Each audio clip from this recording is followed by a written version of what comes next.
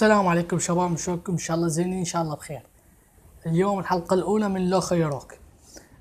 اختاريت 5 لو خيروك. أنا آسف ما يطلع اللو خيروك مالتهم، بس إذا عجبتكم الحلقة يعني نسوي الحلقة الثانية هم لو خيروك. ما يطلع هسه اللو خيروك مالته يطلع بالحلقة الثانية.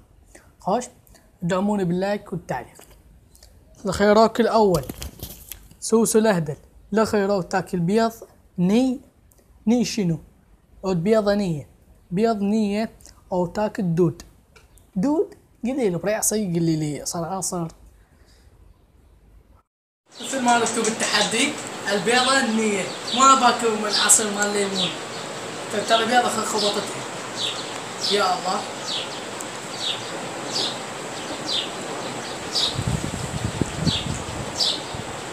بس طيب عبال كاسة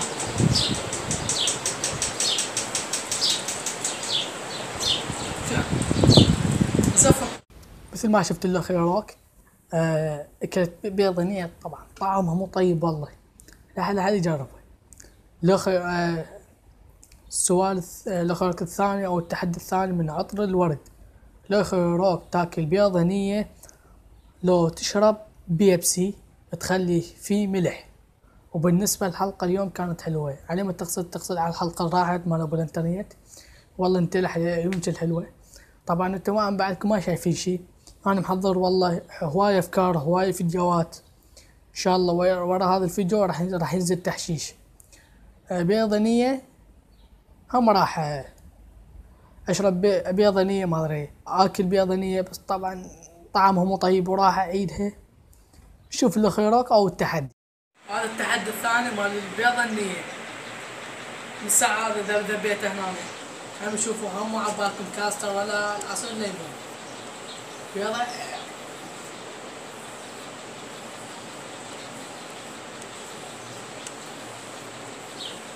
بس طيبة.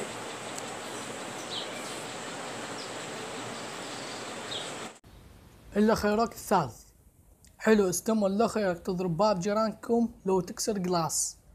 باب جيراننا ليش؟ والله موصي 25 جار. ليش؟ اكيد راح اسوي مال القلاص. شوف التحدي او شوف اللي خيروك.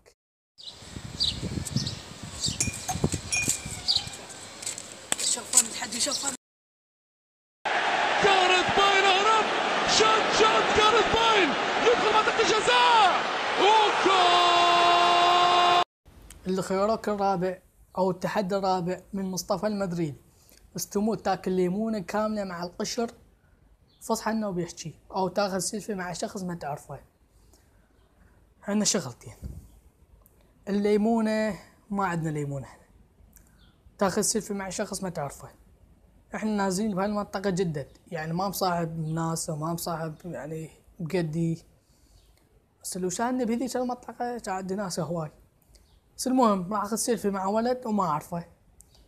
نشوف شو يسوي، شوف التحدي او اللي خيروه. شباب هذا لقيت واحد اخذ وياه سيلفي.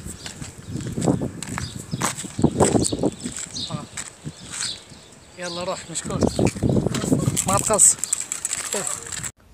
التحدي الخامس والاخير وردة النرجس. لو خيروك تاكل فلفل حار لو تضرب اخوك. اكل فلفل حار ليش؟ واضرب اخوي ليش؟ طبعا انا اختاريت واحد، شوفوه.